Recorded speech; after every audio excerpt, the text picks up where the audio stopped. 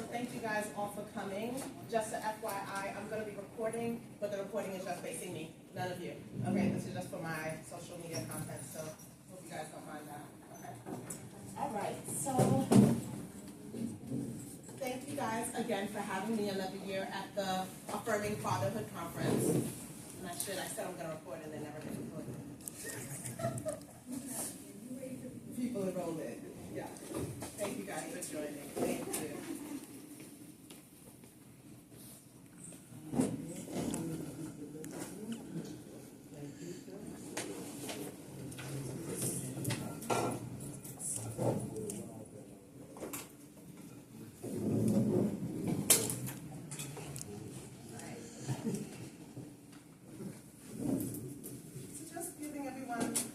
To get settled, but we are going to get going, and as I mentioned that I'm going to be recording, but the recording is facing this way, so you guys, if that's okay with everyone, okay?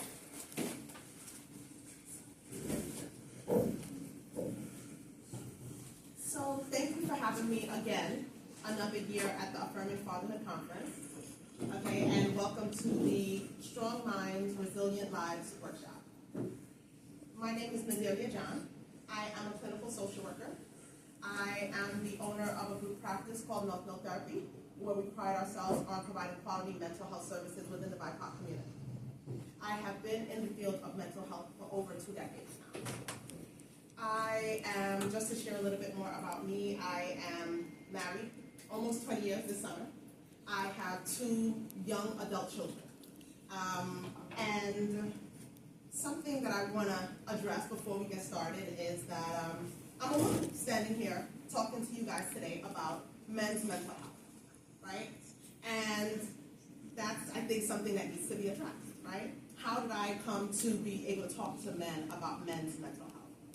I don't pretend to understand what it feels like to be a man or to be a specialist in men's mental health.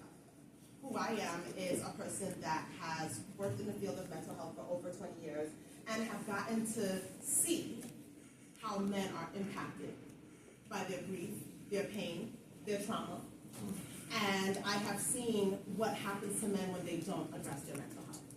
And I've developed a passion for working with men regarding expressing their emotions and addressing their mental health needs. So my mission today, the objective of this workshop, is to create a space where we can talk about mental health, where we can normalize conversations about men's mental health and emotional well-being, where I can provide a safe space for us to have this conversation today, where we can talk about grief, loss, and trauma, where you guys can leave here equipped with coping tools for stress. And I want you guys all to foster a sense of community amongst yourselves regarding wellness.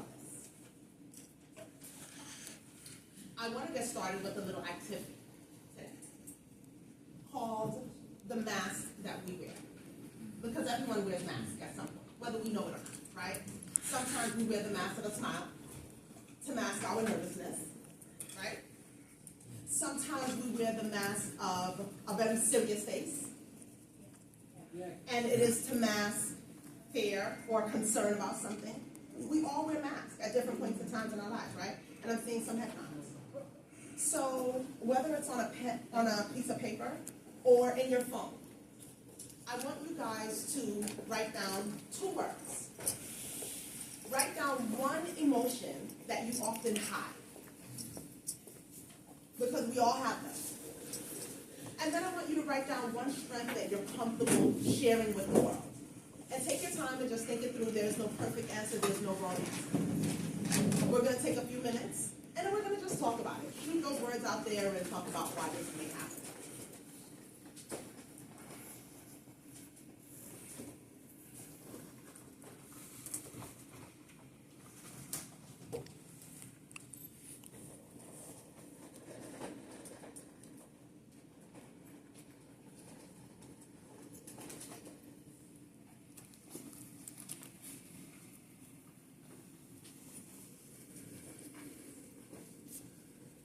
What was the second one, man? One strength you often show to the world. Right? So one emotion that we often hide, whatever that is, one strength that we often show to the world? No perfect answer, no wrong answer. Just whatever comes to mind.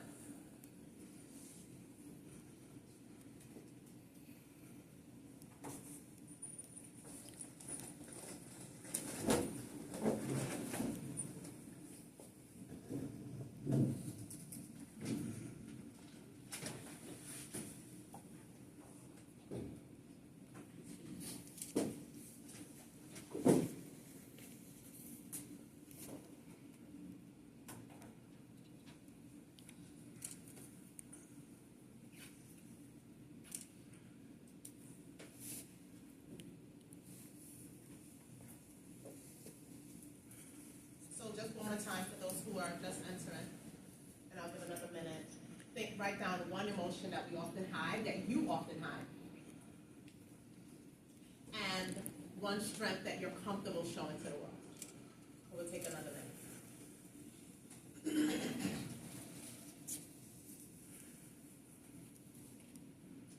And if you don't have a pen and paper, you can just write the 2 words in your phone.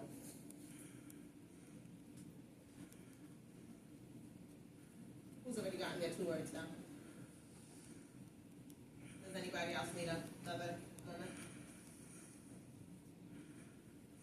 What are some emotions that you guys often hide? Who wants to share? Who's going to be the brave one? Thank you. Well, sometimes I hide maybe the pain that I'm feeling. Thank you. Anybody else? Yeah. Okay, I was gonna say, I think I often hide anxiety really well. Mm-hmm. Thank you. I would say one thing emotion I hide is like fear. Thank you. You get it back first. I would say I hide fear. Fear. I hide it. Thank you.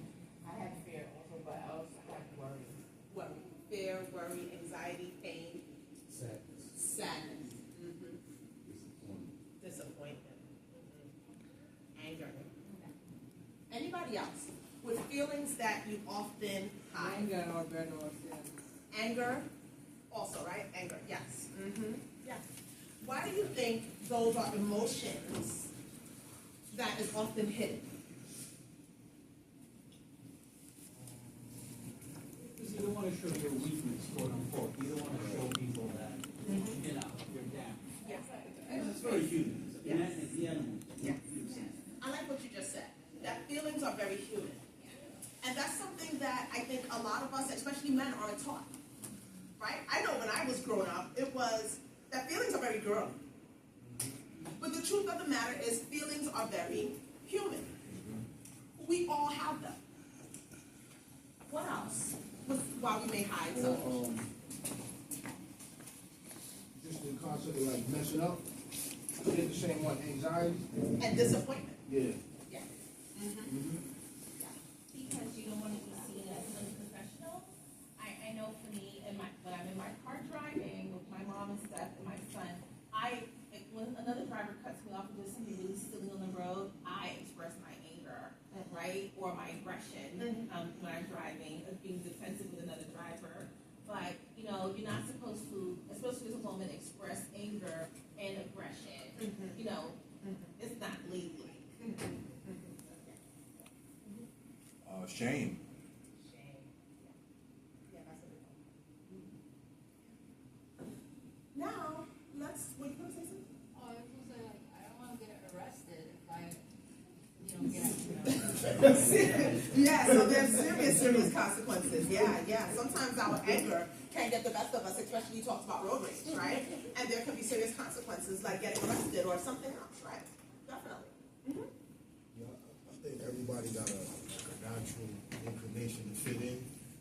So sometimes we don't want those things to be vocalized or seen by others because they might pass judgment and that might hinder you being the ability to fit in. Yes. And I think that's the biggest thing, the underlying thing as we go from childhood to adulthood, the ability to want to fit in.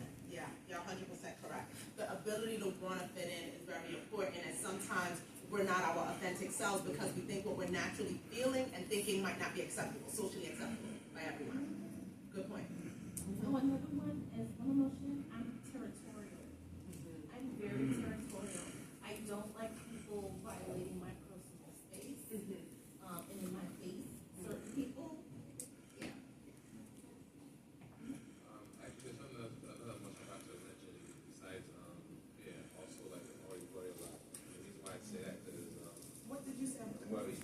Worry. Because the reason why I say that because all the times my mom would tell me that we both worry too much about what's just gonna happen, especially going in right now. So that's what I think I have to work on. Yeah. A lot of fear, worry, anger, anxiety. Sometimes for me, sometimes I don't like to expose maybe whatever weaknesses I have. Yeah, yeah. And listen to the word that you use, exposure, right? Because sometimes we feel exposed when people see our weaknesses, right? We don't like that. Nobody wants to feel exposed. You know what it is also, many people use that to their advantage, and so you don't want to expose that so that way, or I already know how to hate you, so, because there are people out there that are looking for that. So now we're talking about trust. You think that if you let someone see your weakness, they may take advantage of you. Yeah, yeah. Yeah. I just joined the room. This is a great conversation, but I'd say sadness, particularly with my kids. So my kids, although it's interesting how it's been working, I don't always want them to see me sad because I don't want to put that pressure on them. I just want them to be kids, right? But what I found, interestingly enough, whether I'm coming through the door from work or they see me in a moment, they run to me and say, "Daddy, are you okay?" And they want to hug me, they want to kiss on me and stuff. Even my son, and so I let them do that now, and I'm coming to grow to be okay with it, because I think they need to see that. I need to show my son that that's okay. You know what I mean? So I'm learning that too.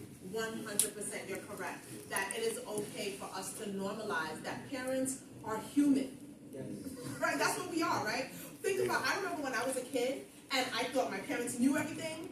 They knew how to fix everything, do everything right. And then I became a parent and I'm just like, okay, we're just human beings trying to figure things out like everybody else. So yeah, when we allow our children to see our vulnerability, they also grow up knowing that they're just humans too. For me, being a first-time dad, I have a 3-year-old daughter. She's really smart. So I remember the first day she saw me coming inside, she actually was able to recognize that. For me, that was like a red flag. I was like, oh, she's able to tell me inside. And, when I'm happy. So for me, at first, it was like, I don't want her to know that. But then I understood, no, it's good for her to know the difference. And for her to grow up, knowing the difference between being happy and being able to express that. Exactly. We're talking about a 3-year-old with emotional intelligence, which guess what? We often come into this world with emotional intelligence, and then we are socialized to don't feel that way, don't think that way, don't be that way. No, it's normal for us to have different emotions expressed in front of our children, and our children see, okay, mommy was sad, daddy was sad, he took care of himself, he took time off, and now they're okay. That's normal because that's life. Trying to say something for a minute. I am sorry. Okay. Because I'm blocked by the screen. Sorry, thank you. That's okay. It was you had, your last comment, you just reiterated for one more moment? Me, Yes, in terms of, You remember the last thing you said? the last thing you said. what did I say? Tell us what you said. Oh yeah, said you yeah. exposed But listen, yourself. forgive me. You exposed yourself. I'll be 66, so it's working. Yeah. Exposure. Yeah. So Right. for someone to expose maybe a weakness of mine, right? Sometimes that's frightening for me, and I say that not to rain on your parade. I'm gonna let you get back to your statement. But what I do for Goodwill is I teach job readiness, right? Also, I was involved with the courts, with child support, and all the rest of that, right? So I'm going into the courts not as Johnny Cochran, but I'm going in there as an advocate, right? So I have to know exactly what I'm talking about. So I had to really learn how to navigate the court system in child support. So there was times where I was like, wow, maybe I don't know. I'm in front of a magistrate here, and I really need to make sure I'm speaking the right language here, right, to help my client out. But if I feel someone's exposing my weaknesses, it's frightening for me. Yeah. And thank you for sharing that in this space. Thank you. So taking his comment and also the comment on trust and her bringing it from the perspective of a woman, and what you said about our children having expectations, right, from the man's side, is the man box. And as a dad, you know, it always seems like our kids think that we have the answer, you know, and that crying in front of them is sometimes, you know, a sign of exposure and not knowing. You know, you come to mom or dad for help, and all of a sudden they start crying. You're not expecting that. You know, you're not expecting, and part of it's also a layer of communication. You know, one of the things that in my process I've learned is we like to think that communication is throwing a ball, right? And so we throw this ball, the ball looks as it is when we sent it, and it's going to be what it is when it's received. We have to realize communication is more like throwing a piece of clay. I'm throwing it, for the most part, when you receive it, it's going to be that round sphere. But because you are either a woman, an older man, a first-time father, we receive these lines of communication with our own personal experiences. Yeah. And sometimes we forget, we like to believe that our kids, because they're born with a sense of social and emotional intelligence, that they kind of understand who we are, but and that they have a certain expectation from us. And then sometimes our first reaction is to cry because, you know, it pains us when we hear that our kids are going through something. We don't have the answers sometimes. There is no manual that's going to always solve the problem. And we have to sometimes remind ourselves, A, we don't know the answer. B, they're expecting some, if not the answer, some form of guidance with how to approach the answer. And maybe the answer that we have because of our life experiences, you know, one thing I've come across is the difference between intelligence and wisdom. Intelligence is what we receive, what we learn, and wisdom is how we impart it onto other people. There's an old saying, you can take the horse to the water, but you can't make it drink. And sometimes it becomes difficult when it's the people we love the most that don't want to hear that. Yeah. Thank you for sharing that. Yes. No, I just wanted to say, you know, another fear is that because I have children, I have grandchildren, right? And so, some of us, we may or may not spoil our kids. I mean, you know, I was a person that I spoiled my kids a little bit, right? But sometimes my fear is maybe my kids will ask me for something and maybe I don't have it. And that is devastating, you know, because I remember growing up, you know, if I wanted a pair of sneakers and my homeboys had them, I wanted them, right? And so if my children ask me for something and maybe I can't provide it at that time, maybe I got a mortgage, maybe I got this going on, right? And so our children sometimes, they don't really understand our plight and things that we have to face each and every day and some of the sacrifices that we have to make to get them a pair of sneakers, right? And so, and I'm a pretty emotional guy, you know, I'm a Cancer, you know, so Cancers are pretty emotional, right? So I'll shed a tear in a minute, right? And so if I'm, like this gentleman said, if I'm shedding a tear and your kids look at you like Superman and you're crying, they don't understand that emotion, right? But I always believe that, you know, expressing yourself, whether it's with a tear or not, it's really a powerful emotion, and it's showing that it humanizes you, right? But there's a lot of things that we go through, you know, not, you know, since we're talking about men, but women as well, right? So. Absolutely. Thank you all for sharing that. How many of you guys are comfortable with saying things like, I don't know, especially when your kids ask you a question? We don't know everything, and no one says that we have to, right? How many of you are comfortable saying things like, I don't have it right now? Sometimes. Yeah. That's our truth sometimes, right? That's our truth sometimes, and it's uncomfortable. But imagine if we got comfortable with the uncomfortable. Because sometimes that's what it is, right? That we don't know and we don't have it, and sometimes we have to have those honest conversations. Sorry. I taught my daughters early on, especially I was a single mother, that certain things that they wanted, that they had to bring their portion to the table. Like both of my daughters worked in high school. One of my daughters decided she was only gonna wear Jordans in high school. Absolutely, you can wear Jordans, homegirl, and you're gonna go down to Do Main your Street and thing. get that job in Mondale. But because you're still a teenager, I could come up with half of your Jordan money. And from very early, I taught them like, I'm single, and I definitely want you to have the things you want. But I taught them that they had to meet me halfway. Like I wasn't gonna let them make me feel like I have to do it all, because I am doing it all. So you have to come with something. And besides the good grades, and don't bring me no 65s and all that other grades that I had. Says at that time. 65s and Jordans don't mix. Lord have mercy. So 65 is not passing. Right, right, exactly. Yes, sir. Jordans don't cost $65. Okay. Say that again, brother. You know, it's interesting. So my son, he might get mad at me, but it's okay. Is he in the room? No, he's not. He's not, but he's videotaping. I'm gonna put that up somewhere.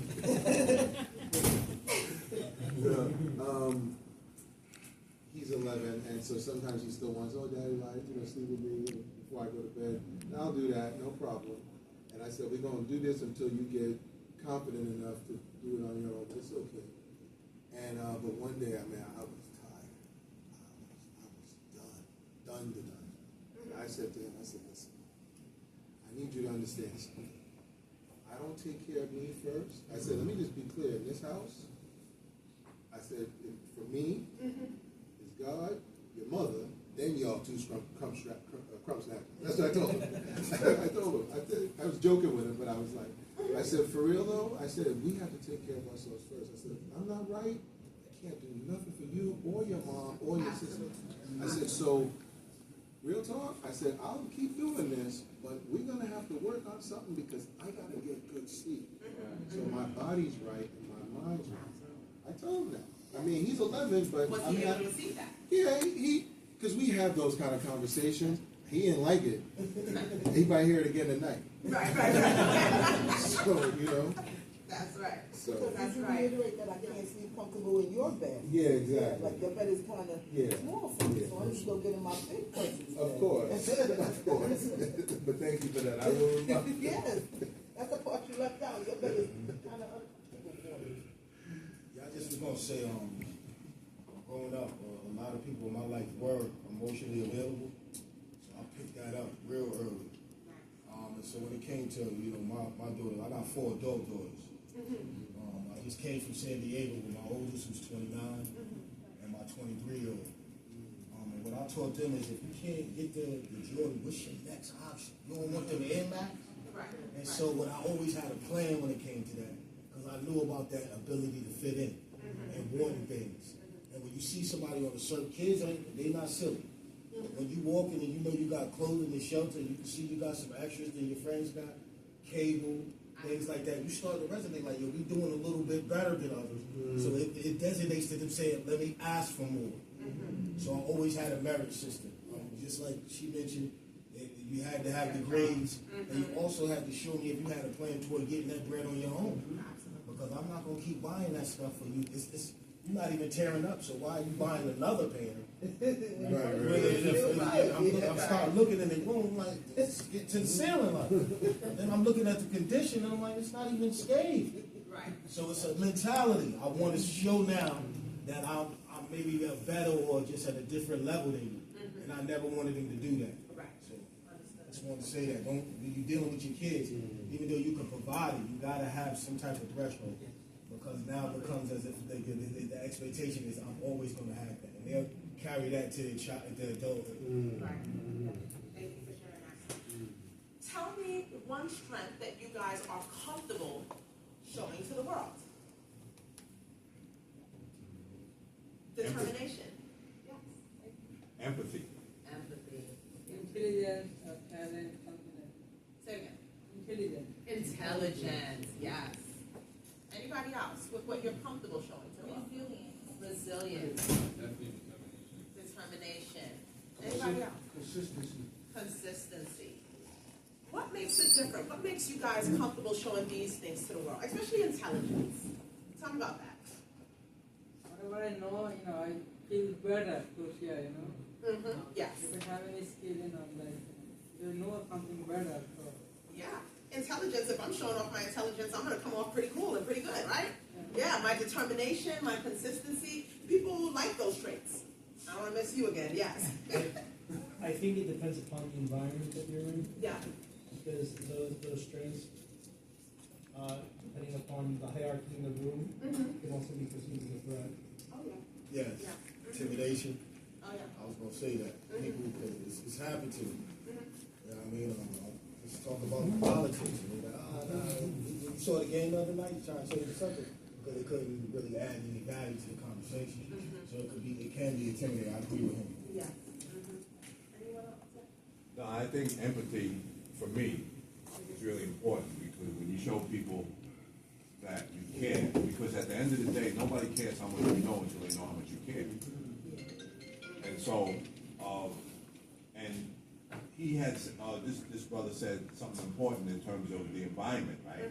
And so, again, you know, going back, you know, to my profession, I teach a class, right? And so I have to have empathy for my students, right? But just in general, the way I operate on a personal level, you know, it's important for me to have empathy, right? You know, it's important for me, you know, to love people and want to be loved, right? That's just the type of person I am. But when you have empathy for others, it really goes a long way, and people can feel that. And I'm not talking about sympathy, because it's two different things, right? But empathy, it really is about your character, right? And it really says a lot about you, right? But empathy you can use in all areas, whether it's personal or whether it's business, professional environment. When you show empathy, it really goes a long way. Absolutely, agree. I think for me personally, consistency is why I chose that, because you know people are watching, and you know we like you said, we're human.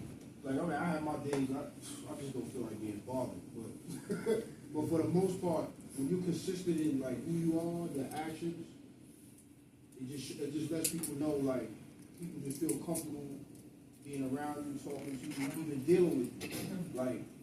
Like for me, like, I have a pet peeve with inconsistent personality. I know we're all human, but I have a pet peeve with somebody one day they're this, and then 5 minutes later they're this, and then 5 minutes later they're this. Like, I have a pet peeve with that. Like, You don't know what you're gonna get. yeah, I don't know what you're gonna get with that person. So I think for me, consistency in actions and who you are, I think that weighs a lot in terms of like the output, and people want to do business with you, people want to talk to you about, share with you about certain things. Especially the work that we do. Like, our participants, they may not tell you, but they need to see consistency. Because they already deal with a lot when they come through the door.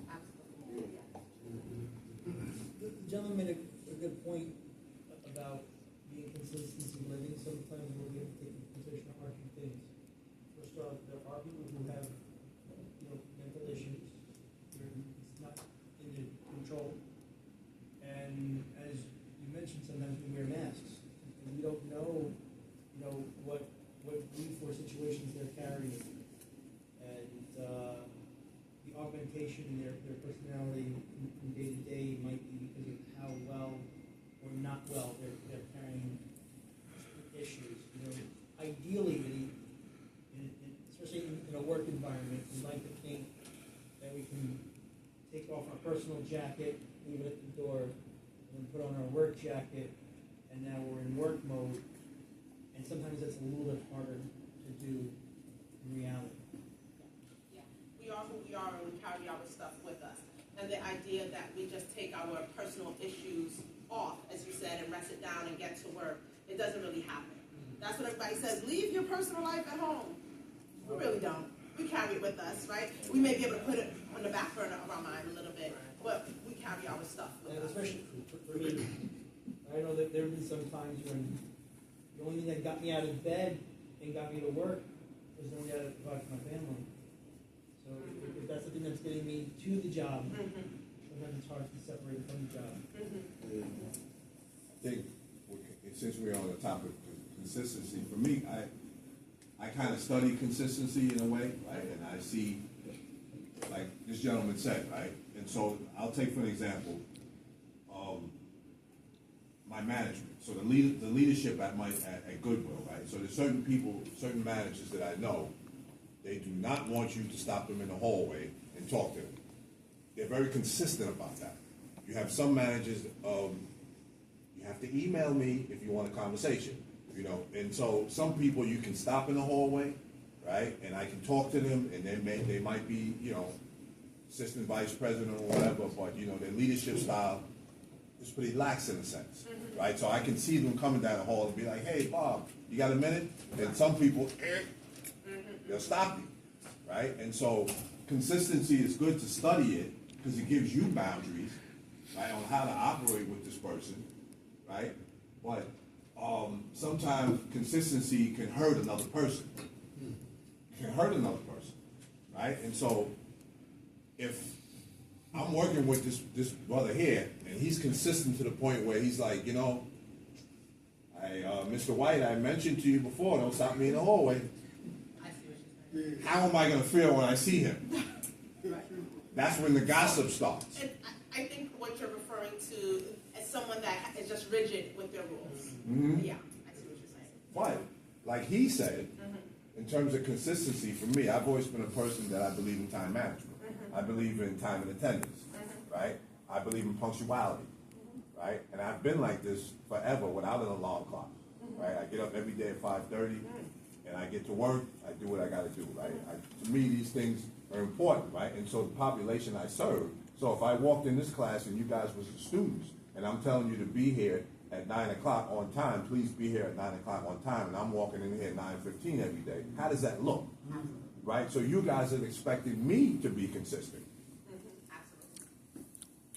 You might be getting this, but how do you get a person to take off their mask? How do you lay yours down or get another person to do the same? So we are getting to that, but basically, I think as we own our true emotions and express them, doesn't it make you feel more comfortable to now also be vulnerable with that person too? Look how much vulnerability has been expressed in this room already, right?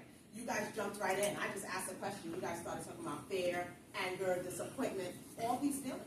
At every time that one person spoke, another person spoke, and then other people came back and said, you know what, me again, because there was one more thing that I always hide, and one more thing. So for every time that we allow ourselves to be vulnerable, we are making way and modeling vulnerability for other people, especially when men do it amongst men, and women do it amongst women.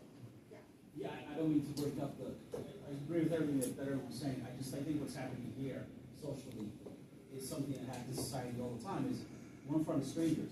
So it's like, I don't know you, I'll tell you what's up with these questions.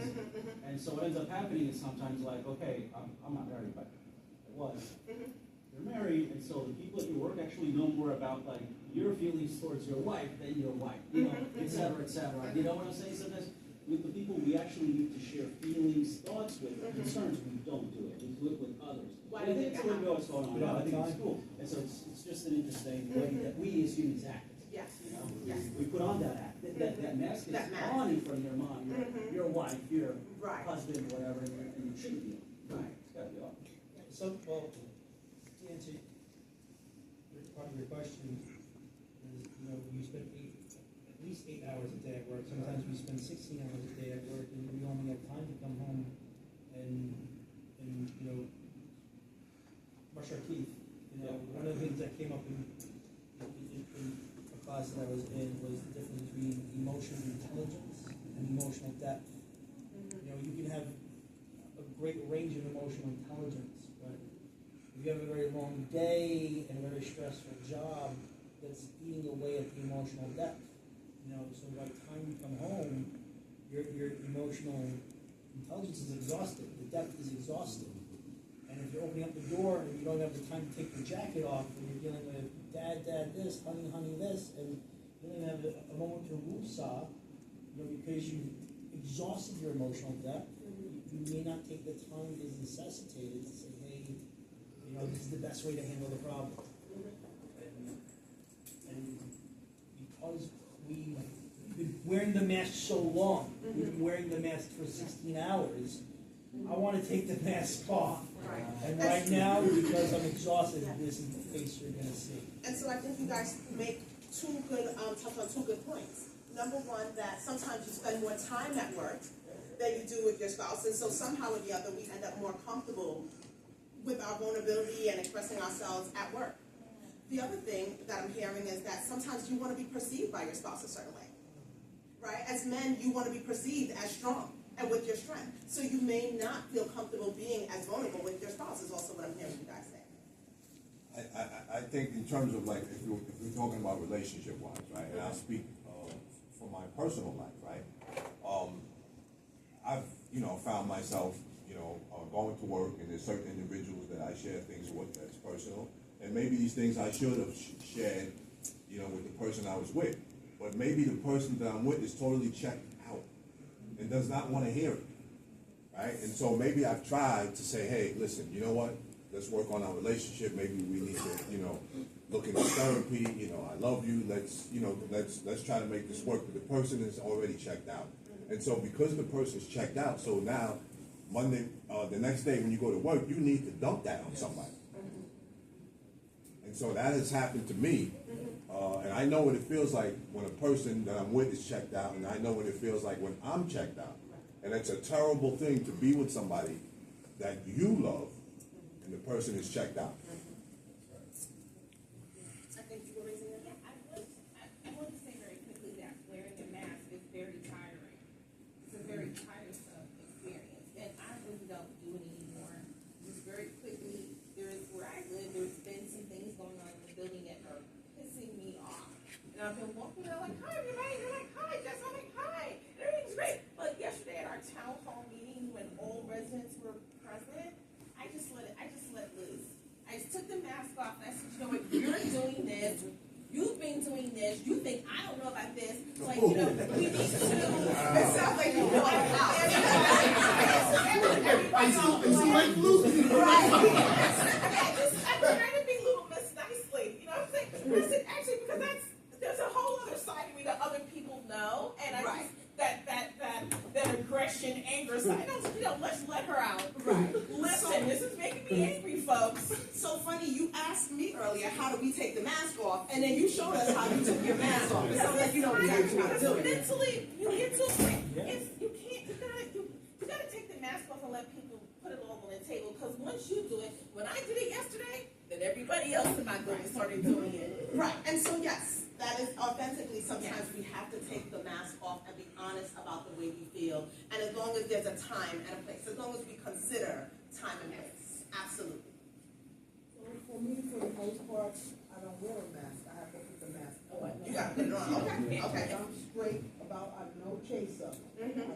My children call me the knife twister. Oh. When I call them, they say, I'm twisting a knife. Maybe one is 46 and one is 36. The 46 always lives in a fantasy, honey. That's a fantasy. Anyway, most of the time, sorry, I'm with you. Most of the time, I don't wear a mask. Okay.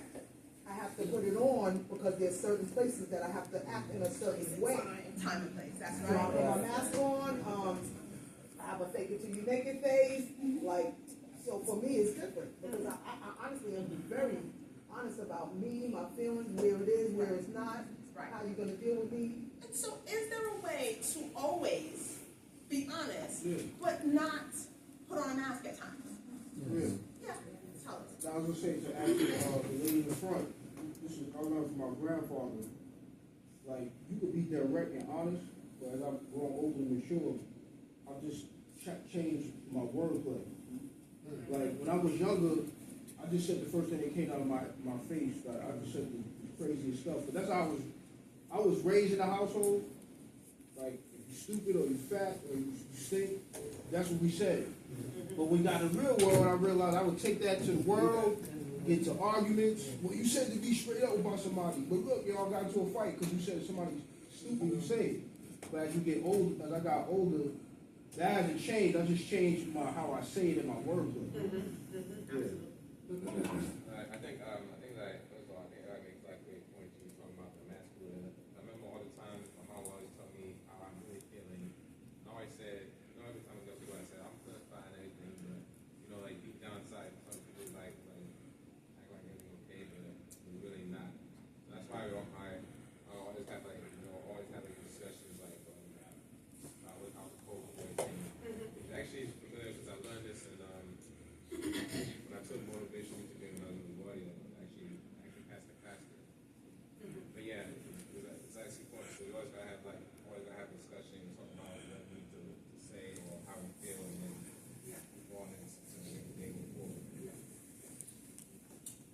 think, you know, in terms of keeping on a mask or what have you, I think in certain situations, we all gonna, you said this in the beginning, that we all on stage, right?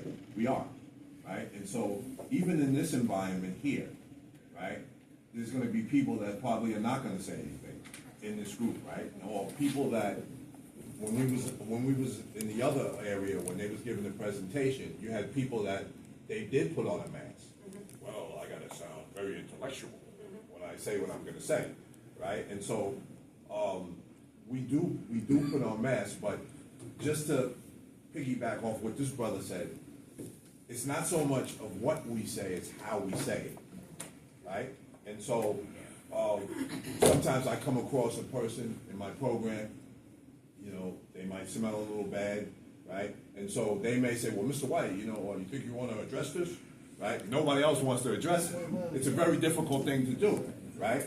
But if you're skillful in how you do it, right, you can make some change without offending a person, right? So if a person comes across and maybe, you know, their clothes are a little, you know, soiled or they smell a little bad, you know, I'm going to approach it in the sense, well, you know, tell me about, you know, your living situation. What is that like? Yeah. Do you have the resources, you know, for laundry services? You know, what is your life like? Right. And once they tell me these things, then I can proceed to maybe say, well, you know what? Yeah. Let me see if I can get you a hygiene kit. Yeah. Let me get you some resources for a free haircut. But I'm not gonna just, hey, wow, man, you smell terrible. Right, so, and what you did, yeah, no, you're absolutely right, and what you did was, you asked questions before you even jumped in and started talking about fixing. Yeah. Right, you asked some questions to understand why is this even happening. Yeah. Right? And oftentimes we don't do that, right? And which it softens the blow and makes people understand that you care. Right? There is a difference between, hey, Naderia, you know, your stench, and hey, Naderia, tell me what's going on with your living conditions and the laundry service and, you know, what's happening at home. Yeah. Let's talk about that first. And then maybe using words like hygiene instead of stench. Yeah. Right, all these things, you're absolutely right. So message, tone, delivery, and just asking some questions to see what's going on with people before we start telling them and trying to fix can make a hell of a difference. Yep. I'm going to say this too, and I know we're about to move on, but this is important because, I mean, even, I'm not trying to get on but in light of the current political climate, and the neighborhoods that we might live in and where we have to move and how we have to move on the job or in the neighborhood, you know, how do you have a conversation, right? You might be on very different sides of the aisle and may have really strong reasons behind it because of your personal experiences and family commitments and so on and so on. But that thing that you just said there about asking questions. So, where's your family from? Or how you know, I noticed you celebrate these holidays, and you start asking questions that get at that a neighbor would ask another neighbor. Somehow that sometimes raises things to the fore about our common humanity, right?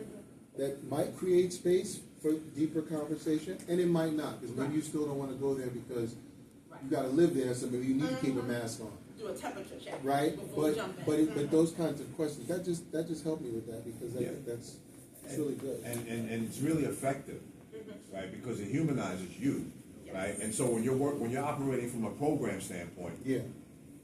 The participants or the clients themselves, they already have the fears that you're looking down on them, right?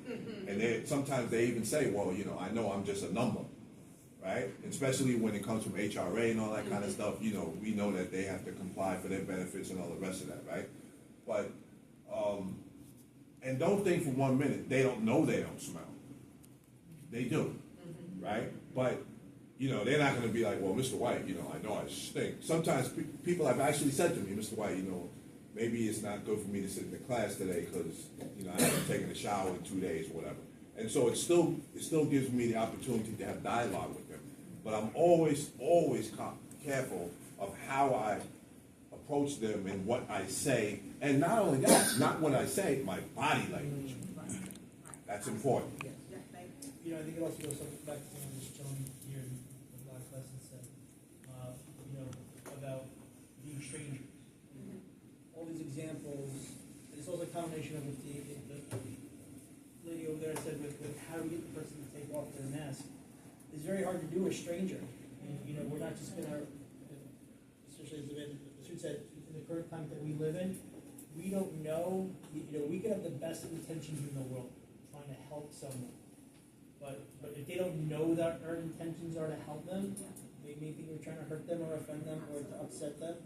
So it's understanding what type of relationship I have with that person, and understanding how I can relate to them, what empathy I do have with them. You know, what do we have in common?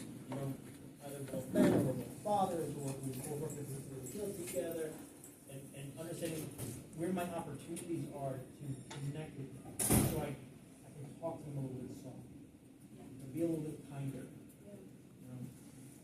And sometimes, for me, what gets the clients to resonate is really sometimes I touch on maybe my background. Not so much where I want to identify with them totally, but I might tell a person, yeah, I grew up in the Bronx.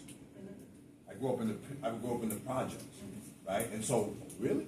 Not you, Mr. White, you wearing a suit. You didn't grow up in the projects. And so that opens up. They be like, wow, this guy, if he can do it, then I can do it. He's not keeping his life from me. You know, I'm not overly identifying with the clients because that's inappropriate. It's not ethical. But I also want them to understand that, you know, I'm a real person here.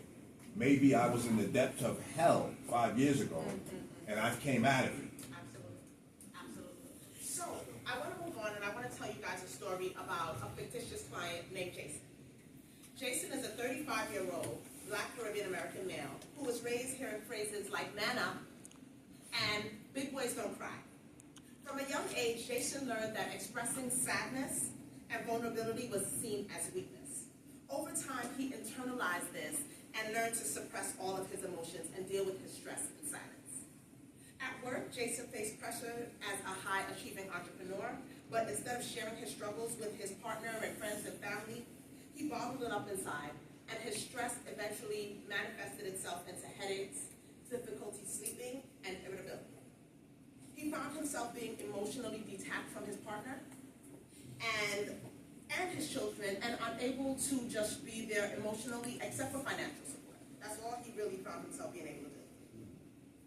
Over time, the weight of his unprocessed emotions turned into anxiety and depression, leading to him coping in unhealthy ways like drinking, withdrawing, and being very angry, just having explosive anger.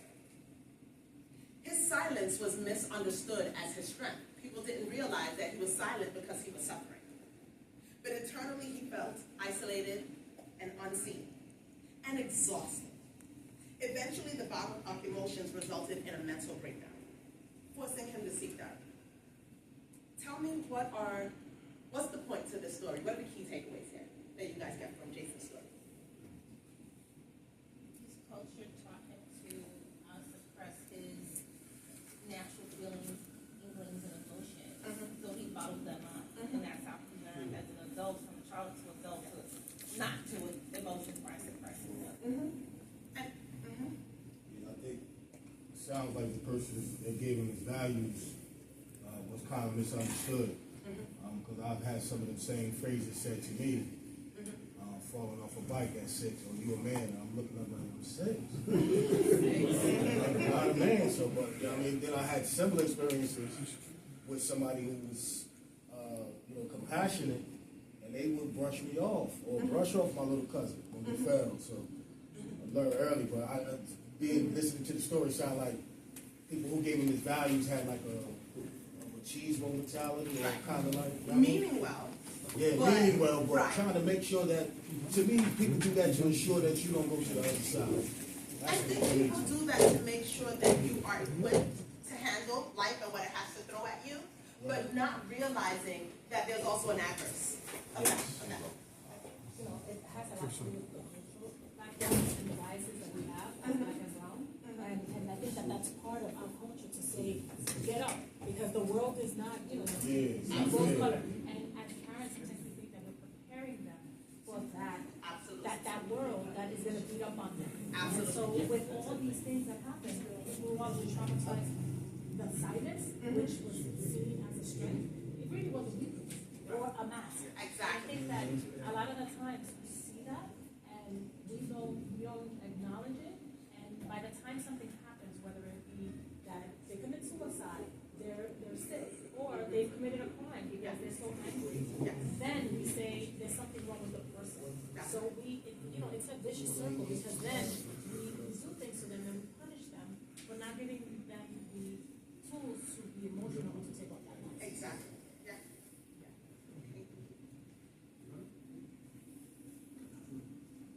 So healing, it starts with unlearning some of those things that we've been taught, right? And it has to do with embracing your emotions authentically, whatever they are.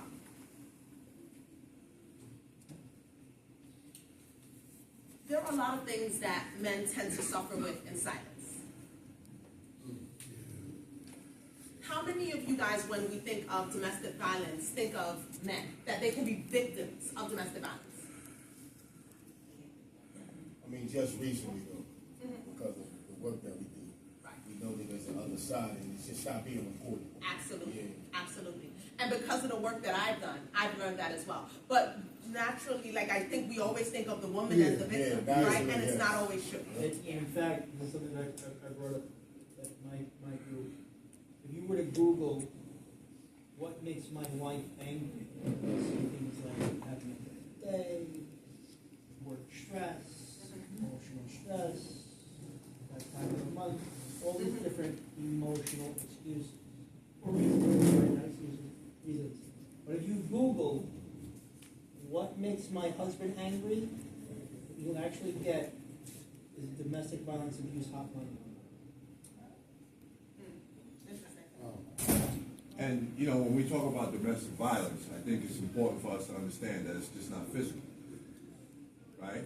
And so, just to touch on something, you know, I was in a relationship, you know, a couple of years ago, and the person used to talk crazy to me, right? And it was hard for me. I mean, she never physically, tried to hurt me or anything like that, but the things that she said was worse.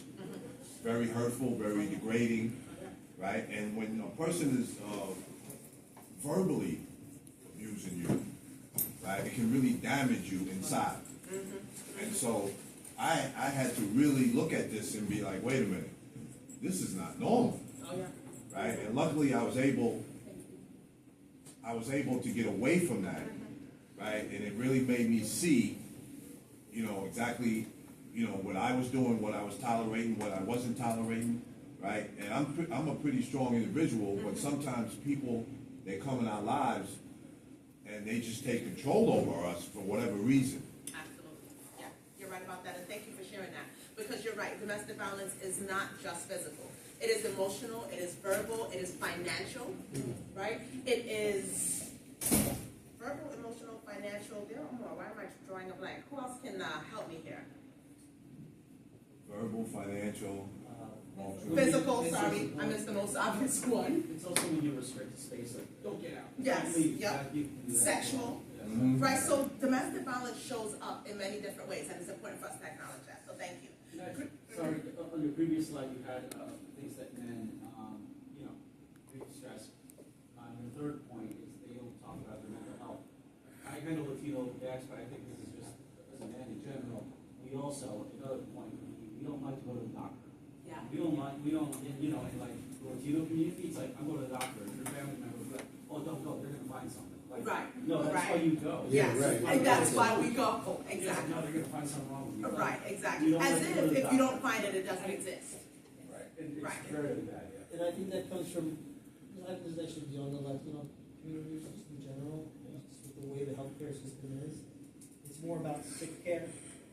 Like we tend to Prevention. we tend to go to the doctors when there is a problem, as opposed to going for actual health care, which is to understand how to better take care of ourselves. So we don't have to go to the doctor Exactly. often. Exactly. Men are also victims of, or men suffer in silence about grief and loss, mental health, depression, anxiety, trauma, bipolar, schizophrenia, you name it, suicidal thoughts. Men deal with a lot of financial pressure and work-related stress in silence. Sexual health and performance issues, something that men feel a lot of shame about and often don't want to talk about. Men turn to substance abuse to cope. Loneliness and isolation, and childhood trauma. A lot of men just want to shake it off and pretend like some of those things didn't happen. But there are a lot of men that are victims of physical abuse, sexual abuse, emotional neglect, witnessing domestic violence in the home, or being victims of bullying as children. And it's still taking a toll on them as an adult, but they don't want to address it. But it's real. A lot of men deal with loss, and the reality is that loss can change a person. I don't know if any of you have ever experienced loss. I see some head nods. But loss can change a person. Actually, I had to deal with, like, you mentioned grief, because I remember I actually dealt with it last year. But last year was like a tough year, because I lost my uncle was in March. I actually lost both uncles. One on my mom's side, and on my dad's side, it was in Barbados actually. And I just lost my aunt, like, I think the week before Thanksgiving. So yeah, Three losses back to back. yeah, because I always felt like really like sometimes like this is like both uncles and aunt, and I thought I was like continue before like things happen, but sometimes I have to let it go, let it cry, let all of it out too. So I know it's like Yeah, definitely. That's tough. One loss is tough. Now you're talking about three losses back to back, and aunts and uncles who it sounds like you cared a lot about. That is very challenging, and my condolences for you. Yeah. And we do have to talk about these things and hold space and allow yourself time to grieve, right? Because we can't change a loss, but we have to create space for ourselves to go through the sadness and the crying and whatever changes that our lives go through when we go through loss. I just want to say, to that brother, I'm sorry for your loss and everything, but when we think of loss, right, it's not only the death. Sometimes it might be somebody sitting in this room right now that just broke up with their wife or their husband, or maybe, and so that's a loss because you go through grief, right? And so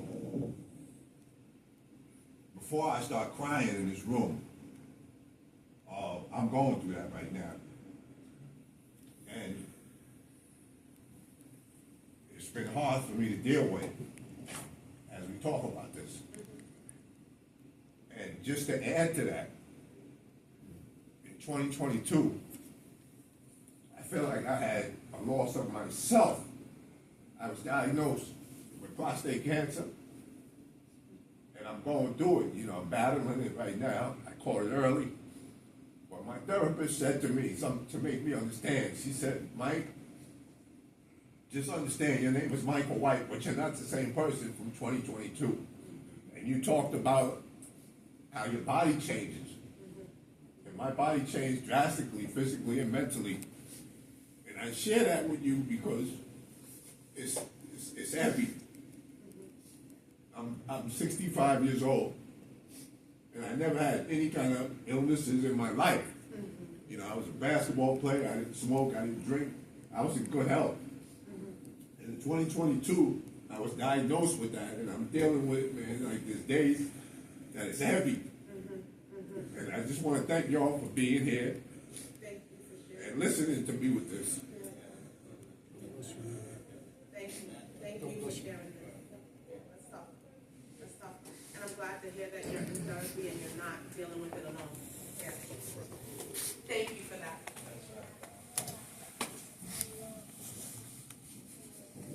And that's what this space is about. Yeah, can I just say, yeah, me too, man, I'm sorry to hear that. And what I was gonna say is, in times like this, I went through a very bad time in my life as well, but I had God, one, I think, for those that believe. But two, I think you also have to reflect and remind yourself what you do have. You got a home, you got a meal, you got a car, you got a job. You have to be thankful as well, is what I'm saying. Yeah, that's Thank you, guys. This is the brotherhood that I'm talking about. Yeah. Thank you.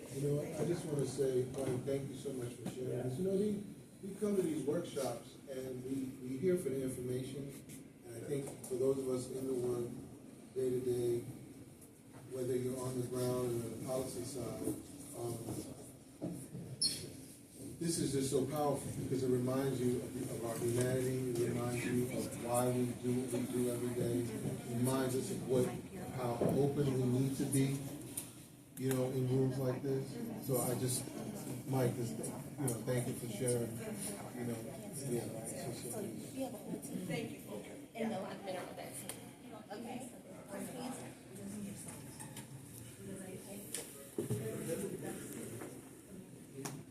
Another thing, talking about loss, is that a lot of us experience community violence. And I'm going to move a little fast because they just gave me the boil it down. So, community violence, a lot of us experience infant mortality, loss of a child. And I think that a lot of times when someone loses a child, the emphasis is placed on the mother and the woman. But men are impacted by those losses as well. And maternal mortality. A lot of times there are men that lose their spouses during childbirth, right? And we don't, again, it's 700 women die annually from childbirth and complications. From childbirth complications. Which means that there are 700 men that are impacted by these losses.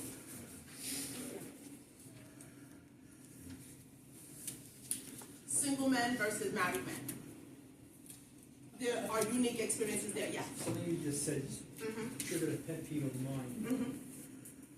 Every Mother's Day, you'll see on Facebook, or actually, I'm sorry, first on every Father's Day, you'll see postings, especially of single moms. Let's not forget all the single moms out there that are wearing the hat of dad. I get to see on a Mother's Day. Let's hear it for all those single men, those single dads that are wearing the hat of mom. Yeah. The next one will be the first one. Right, yeah. Yeah, it's true. You say that about dads and moms. I work mainly in baby work. And normally, mothers act that going out. But that year, it was the fathers that turned out. And I was so proud to see the bonding, the crying, the hugging. Really amazing. I don't know how many of you are single men versus how many of you are married men. But there are unique pressures that single men go through, being isolated while they're going through their struggles, and the pressure to appear self-sufficient. Married men also have their challenges of balancing marriage and family expectations and being a provider. So those are other things that men tend to struggle with. So usually, I would have engaged you guys in another dialogue that we don't have time for here. So I do want to talk about solutions, since we talked a lot about the problem. What you guys just did a while ago, getting up to even just show this gentleman support, is a perfect example of the power of brotherhood. This is the purpose of this workshop. And yes, there are ladies in the room that also showed up, but I think it's important that men show up for men. Because that's always the thing that they say, men don't have these conversations. Men shy away. But you guys just jumped in, even to just show him a moment of, hey brother, we support you. That's important that men continue to do that and have these conversations amongst yourself. It's important. Many of you are already familiar with breath work because a lot of you have, especially as men, I think a lot of you have engaged in sports. So naturally you had to learn how to breathe to endure certain things. But breath work is important, and I was going to engage y'all in a breathing exercise, but what I will say is YouTube University. The best place on earth. I find all of my breathing exercises there when I want to do them. I have a couple videos there myself that I've created for my clients. Feel free, if you don't already have a breathing exercise, feel free to go on YouTube. They have guided breathing exercises that you can do. Square breathing. A simple breathing exercise. I think the simplest one there. It is, think of a square, and think of a square has 4 sides, all even. Breathe in for 4 seconds. Hold for 4 seconds. Exhale for 4 seconds. Hold for 4 seconds. And you can do that as many times as you want, and the entire time you're envisioning a square. It's really calming and can help to calm your central nervous system. So again, I would have walked you guys through it, but our time is moving. Coping with mental health. These are some more tools for you guys. Physical activity and exercise, like hiking, biking, walking, gardening, are all great ways to cope with stress and to improve your mental health. Guided meditation. Like I said, you can find videos on YouTube, you name it. If you look up guided meditation for stress, for anxiety, for depression, for anything, it is there. Breathing exercises. Journal writing, and for those of you who don't like to write, make voice notes. Right? Some people would prefer to talk. Guided relaxation and sleep videos. Having hobbies. Very important. Not only does it help you to be less isolated if you have a hobby that causes you to interact with other people, but also it just keeps you childlike, which we all need those moments. Connection to spiritual and cultural practices, whatever they be.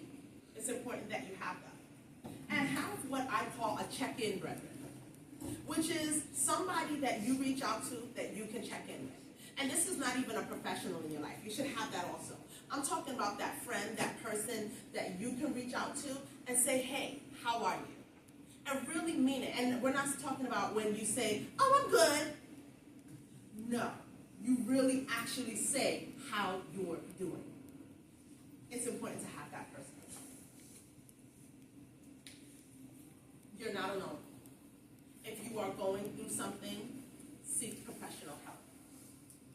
That's very important. And there are tons of resources out there where you guys can get professional help. Psychologytoday.com is a website that you can go to find therapists, and you can filter that website to see if they take your insurance. You can filter it to see where they're located, if they provide telehealth services. So check out Psychology Today. There is also therapyforblackmen.org. There is also 988, which is the Suicide and Crisis Lifeline. Open 24 hours a day. You can text or call. There is the postpartum.net online, and that is resources for men who have lost their children or a partner. There is blackmenheal.org that offers free therapy for men of color. And here's my practice, North No Therapy. Had to throw that one in there. And we accept insurance as well. If you want to learn more about my practice, you can scan the QR code.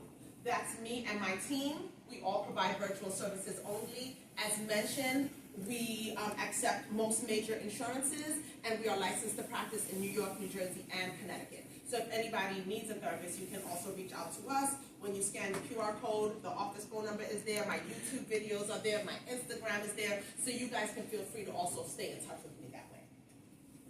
Go back to her for a second, I'm sorry. Yep. Thank you.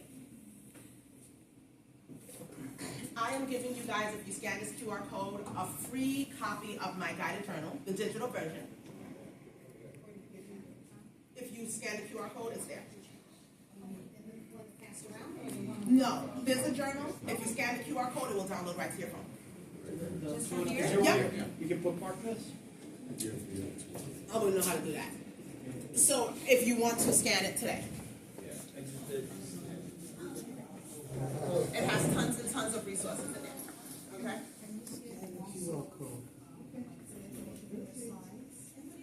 I will try. Yes. Yes, I'm wrapping it up right now. No, we're done for the day. Don't get early weekend. Don't go home early, okay? Don't go back to work, okay? Yeah, that's true. Thank you. Okay? And yeah, let's stay connected. If you guys like, please sign up my sign-in sheet. Huh? Yes, I have my business card that I can also share with you guys, and please sign the sign-up sheet so that way I can stay in touch with you guys and share information about future events that I may be having. Okay? Thank you guys. Thank you.